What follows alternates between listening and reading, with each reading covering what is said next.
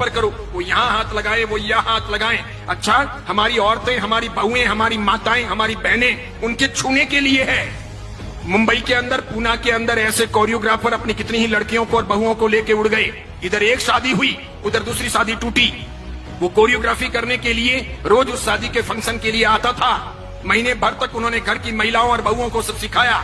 उसी के अंदर एक बहू के साथ प्यार हो गया। इधर शादी निपटी, सेकेंड डे सवेरे वो इस बहू को लेकर रफू चक्कर हो गया, शादी कर ली उसने। समझ रहे हो आप? ये चीजें होगी। साड़ियां भी खुद पहननी सीखनी चाहिए। कोई फैशन डिजाइनर हमें साड़ी पहनाने आए और वो मर्द हो, अच्छा, वो यहां तक हमें छुए और उसके साथ में हमारे घर का भाई हस्तमिलाप करेगा। साला दिमाग खराब हुआ है क्या? क्या जरूरत है ऐसी? दादियों से पूछो, उनको किसी ने छुआ था क्या? मम्मियों से पूछो, किसी को छुआ था क्या? छूने दिया था क्या? अच्छी बहनों को कोल्हापुरी पहन के रखना चाहिए, तुरंत बाहर निकलना चाहिए, एक लगानी चाहिए, कम से कम 2 दांत तो बाहर आ जाने चाहिए। नहीं आते हो तो मुझे को, मैं सिखाऊंगा आपको कैसे दांत बाहर निकालने चाहिए। इसीलिए अब ये 28, ये ओली, ये सिद्धि तप, ये पालितना की यात्रा, ये नव्वाणु, ये उपध्यान तप पहले बंद हो। वो करें जिनको ये सब ना करना हो, जिनको डांडिया खेलना हो, जिनको कोरियोग्राफर को यहां सब हाथ लगवाने हो, इस प्रकार के नाच करने हो। अभी मैंने कुछ वीडियो देखे हैं जिसमें 65 साल 70 साल के दादा और दादी डांस कर रहे हैं, 70 साल के, फिर 45 साल के पापा और मम्मी वो भी डांस कर रहे हैं। किसके लिए? बिटिया की शादी है उसके लिए। शोभा देता है। 65 साल 70 साल के दादा और दादी डांस करें, अच्छा लगता है। अब टांगे तो कब्र में लटकी है और डांस करना है, कोई मर्यादा है या नहीं? अच्छा, डांस नहीं करने से शादी अच्छी नहीं होगी क्या? एक वीडियो नहीं बनेगा तो काम नहीं चलेगा क्या? क्या गंदी फिल्मों की धुनों पर दादा दादी को नचाना ही जरूरी है? कई सारे समाजों ने प्री वेडिंग शूट भी बंद कर दिए। पुरोहित समाज ने पाली के उस घोषणा पत्र के अंदर यह भी किया कि हमारे समाज के अंदर दूसरों की देखा देखी कोई प्री वेडिंग शूट नहीं होगा, कोई आवश्यक नहीं है। वेडिंग के बाद यानी शादी के बाद आप आराम से घूमो, आपका काम करो, लेकिन यह शुभास्पद नहीं है। ये सब फिल्मों से, सीरियलों से आया है। क्या दिखाना है? और मुझे तो यूं लगता है कि हमारा बदन हमारे वीडियो के द्वारा इस प्रकार अर्धनग्न कपड़े पहने हुए, हाफ पैंट या इतना सा पहना हुआ नीचे, ऊपर इतना सा पहना हुआ, और फिर हम प्री वेडिंग शूट करते हैं और वो लोग देखते हैं तो क्या देखते हैं? क्या देखते हैं? आप दिखाना क्या चाह रहे हो? अच्छा, जो आपको दिखाना है वो आपके पति को दिखाना है कि दूसरों को दिखाना है? ये पति के लिए है कि दूसरों के लिए है? यानी आप एक सदाचारी मां बनना चाहती हो कि वेश्या रहना चाहती हो? करना क्या है? जाना कहां है? एम क्या है?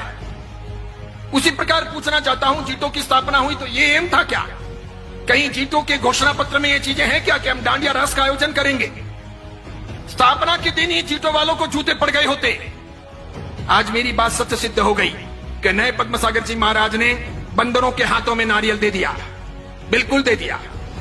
जीटो में कई लोग ऐसे भी हैं जो सदाचारी हैं, समझदार हैं, आचार संपन्न हैं, मुझे मिलते भी हैं, अन्य महाराज साहब को मिलते हैं। कई माताएं भी ऐसी हैं जिन्होंने अपनी व्यक्तिगत जिंदगी में ऐसा कुछ किया नहीं है, वे चाहते भी नहीं है, लेकिन अपने यहां पर ये समूह जो है मिलकर के माथा फोड़ना, मेजोरिटी डेमोक्रेसी, मुझे ऐसा लगता है कि जैन समाज के कुएं में किसी ने भांग डाल दी है, सबको वही पानी सप्लाई हो रहा है, इसीलिए सामूहिक पागलपन सवार है।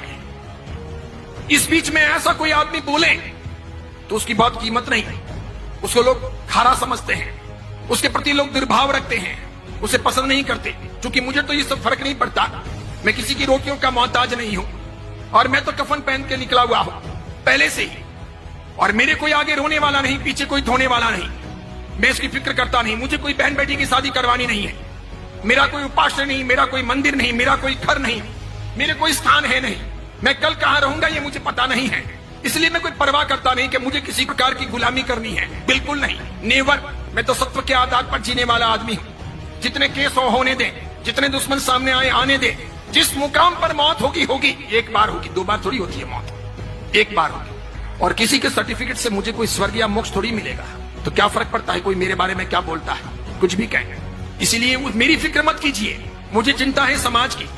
भगवान महावीर का समाज चिंता रहा, वो पवित्र रहा, अच्छा रहा, तो साधु साध्वियों का और हमारे सब कामों का कोई वर्त रहेगा। अगर भगवान महावीर का समाज ही कमजोर पड़ गया तो मेरे एक के मजबूत होने से क्या होगा? मेरे एक के जिंदा रहने या लंबी उम्र पा लेने से भी क्या होगा? मैं व्यक्तिगत सफलताओं को समाज के सामने, धर्म के सामने महत्वपूर्ण नहीं मानता। मेरी व्यक्तिगत सफलताएं कितनी भी हों, अगर वो व्यक्तिगत सफलताएं मेरे समाज के लिए, मेरे धर्म के लिए उपयोग में नहीं आती है तो मेरा जीना हराम है। फुकट की रोटियां खा करके कोई मतलब नहीं है। इसलिए मैं सोचता हूं सफलता का पहला मापदंड कि मेरा समाज सुरक्षित रहे, साफ सुथरा रहे, मेरा धर्म सुरक्षित रहे, साफ सुथरा रहे। यह आवश्यक है। आप जैसे लोगों को क्रांति करनी चाहिए, उठना चाहिए। पूरे बेंगलुरु में यह हवा फैलानी चाहिए कि डांडिया नहीं होगा, कोई जीतो, कोई जियो, कोई अन्य संस्थाओं के अंडर में नहीं होगा। उसके लिए संस्थाएं ना बने। जो लोग भी प्रयास करें आकर के मुझे कहिएगा, मैं आपके साथ में हूं, तन से, मन से, धन से, और पूरी ताकत लगाइए। और खास करके मैं मातृशक्ति से कहना चाहूंगा कि उठो। हमारी बहन बेटियों को, हमारी आने वाली परंपराओं को हमको भ्रष्ट नहीं बनाना है, वेश्या नहीं बनाना है। जवानी के दिन तो चले जाएंगे, उनको लोगों के सामने नहीं थिरकाना है। वो गंदे गंदे फिल्मों के गीत क्या सिखाने हैं, क्या जरूरत है, और क्या क्या होगा, और वापस रात्रि भोजन होगा। इसलिए जीतों की भलाई इसी में है कि वो समझें, वो मर्यादा में रहें, वो ऐसे काम ना करें।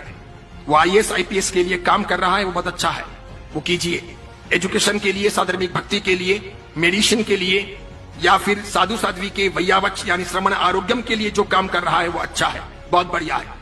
इसके लिए वे अभिनंदन के पात्र हैं। लेकिन ये जो काम किया जा रहा है, इसमें जो लोग भी लगे हुए हैं, बस इसी में शान है कि चुपचाप पीछे हट जाएं, ना करें। इसका अंजाम अच्छा नहीं होगा। फिर ऐसा ना हो कि हमको दूसरे कोई तरीके अपनाने पड़े बंद करवाने के लिए। ऐसी चीजें मान्य नहीं होनी चाहिए।